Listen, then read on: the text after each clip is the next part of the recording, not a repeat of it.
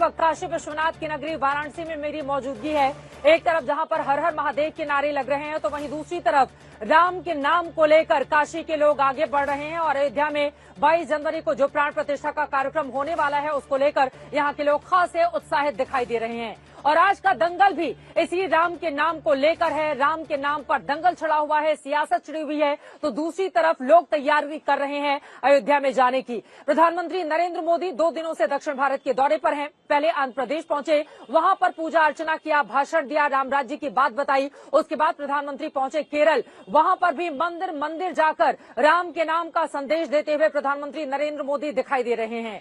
लेकिन सियासत इस देश में इस बात को लेकर छिड़ गई है कि पीएम मोदी ने मोदी राज की तुलना राम राज्य की तरह बताने की कोशिश की, एक तरह से समानता के दावे किए। उनकी ओर से ये कहा गया कि किस तरह से मौजूदा सरकार की ओर से जो कामकाज किए जा रहे हैं, लोगों को जो मुफ्त में अनाज दिया जा रहा है, लाभार्थियों को जो घर दिया गया है, जिनके कच्चे मकान हुआ करते थे उनकी छतों पर आज पक्के मकान बन रहे हैं, उसका जिक्र करते हुए प्रधानमंत्री नरेंद्र मोदी ने अपनी सरकार की तमाम उपलब्धियों को गिना डाला। गांधी के राम राज्य का उनकी ओर से जिक्र किया गया और कहा गया कि दरअसल हमारा उद्देश्य यही है कि कश्मीर से लेकर कन्याकुमारी तक देश के हर कोने में राम का राज्य आ जाए। प्रधानमंत्री ने यह भी दावा किया कि 10 करोड़ जो फर्जी लाभार्थी थे उनको हटाने का काम किया है और सरकार की ओर से जितनी भी योजनाएं बनाई जा रही हैं वो सीधे जो निचला तबका है, गरीब लोग हैं, उनकी जेबों तक पैसा पहुंच रहा है। किसी भी बिचौलियों को इसका लाभ उठाने का अवसर मोदी सरकार में नहीं दिया जा रहा है। भ्रष्टाचार का खात्मा किया गया है, तो दूसरी तरफ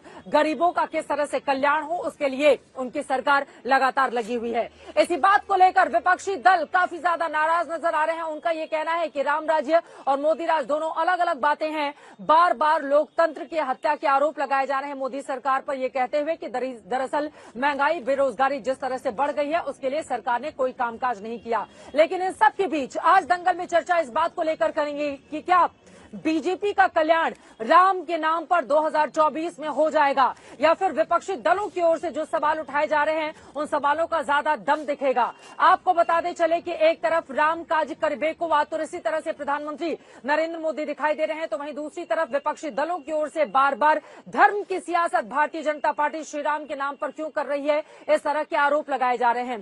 कई ऐसे सवाल हैं जिसको लेकर आज बड़ी चर्चा इसी काशी विश्वनाथ की नगरी से हम करने वाले हैं। लेकिन प्रधानमंत्री ने उत्तर से लेकर दक्षिण तक किस तरह से बीजेपी की सियासत को साधने की कोशिश की है। उत्तर भारत में तो बेहद मजबूत है भारतीय जनता पार्टी, लेकिन दक्षिण भारत की कमजोर सीटों पर, आंध्र प्रदेश में जहां पर 25 सीटें हैं, केरला जहां पर कांग्रेस पार्टी ज्यादा मजबूत है, वहां पर प्रधानमंत्री नरेंद्र मोदी ने किस तरह से अपनी सियासत की गोटी फिट करने की कोशिश की है और दक्षिण भारत के लोगों को किस तरह से बीजेपी से जोड़ने की ये कवायद है, क्या इसमें मिलेगी कामयाबी। कई ऐसे सवाल हैं जिसको लेकर दंगल में बड़ी चर्चा होगी, लेकिन उसके पहले हमारी रिपोर्ट देखिए। अयोध्या में राम मंदिर के अंदर प्राण प्रतिष्ठा हो रही है। सरयू तट से लेकर गर्भगृह तक विस्तृत पूजन अनुष्ठान जारी है। इधर राष्ट्र में राम राज्य का एहसास जग रहा है। 2 दिनों से दक्षिण के दौरे पर गए देश के प्रधानमंत्री नरेंद्र मोदी का कुछ ऐसा ही दावा है कि राम राज्य की तरह उनकी सरकार भी सुशासन के 4 स्तंभों पर खड़ी है, जिसमें एक तरफ कमजोर वर्ग की सुरक्षा है, दूसरी तरफ सबको सम्मान पूर्वक जीवन की गारंटी है, तीसरी तरफ नागरिकों में समानता है और चौथी तरफ धर्म यानी कर्तव्य सबसे ऊपर है। और पीएम मोदी इन्हीं मानदंडों पर अपनी सरकार को खरा साबित करने के तर्क भी पेश करते हैं। जिस देश में 5 दशकों तक कांग्रेस जैसे दलों ने सिर्फ गरीबी हटाओ का नारा दिया, वहां सिर्फ 9 साल में लगभग 25 करोड़ लोगों का गरीबी से बाहर निकलना, ये बहुत बड़ी बात है। आंध्र प्रदेश से लेकर केरल तक पीएम मोदी एक तरफ प्रतिदिन मंदिरों के दौरे कर रहे हैं, दर्शन पूजन कर रहे हैं, दूसरी तरफ विकास योजनाओं का उद्घाटन शिलान्यास कर रहे हैं। और पीएम मोदी इन्हीं दौरों में गिनाते हैं कि उनकी सरकार के सुशासन और राम राज्य की अवधारणा में कितनी समानताएं हैं। प्रभु राम के जीवन संदेश, रामायण और रामचरितमानस के प्रसंगों का उदाहरण देते हुए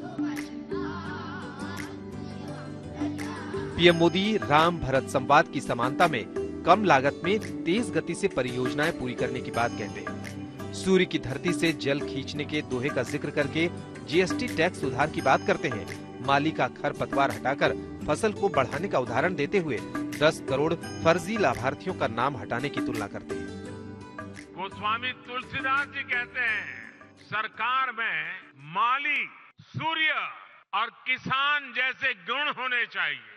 जो कुछ जनता से लिया वो जनता के चरणों में ही समर्पित कर दिया। यही तो सुशासन है, यही तो राम राज्य का संदेश है। देश की विकास यात्रा में सबका साथ, सबका विकास और सबका प्रयास के नारे को भी प्रधानमंत्री मोदी प्रभु राम के जीवन चरित्र को सबको साथ लेने की कथा से प्रेरित मानते हैं। जिस तरह सबके प्रयास से रावण परास्त हुआ, उसी तरह हर अधिकारी, कर्मचारी, नागरिक के प्रयास से विकसित भारत का निर्माण हो रहा है। हालांकि कांग्रेस पार्टी पीएम मोदी के इन दावों का समर्थन नहीं करती। पीएम मोदी आज भी प्राण प्रतिष्ठा से पहले स्वच्छता की अपील करते हैं, तो कांग्रेस उसे अपनी योजना करार देती है।